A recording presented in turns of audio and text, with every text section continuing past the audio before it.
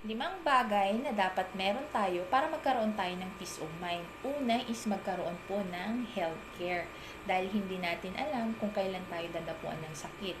Kaya mahalaga habang tayo po ay nagtatrabaho is meron po tayong healthcare fund para meron po tayong peace of mind.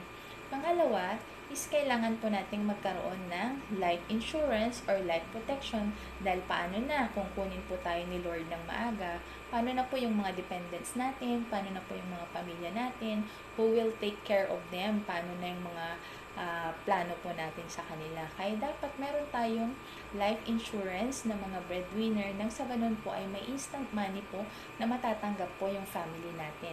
Pangatlo is kailangan natin ng debt management or kailangan unti-untiin po nating bayaran yung mga utang po natin.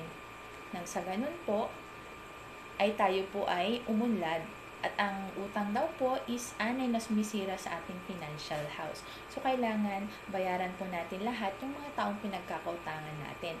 Number 4 is kailangan po tayo magkaroon ng emergency funds.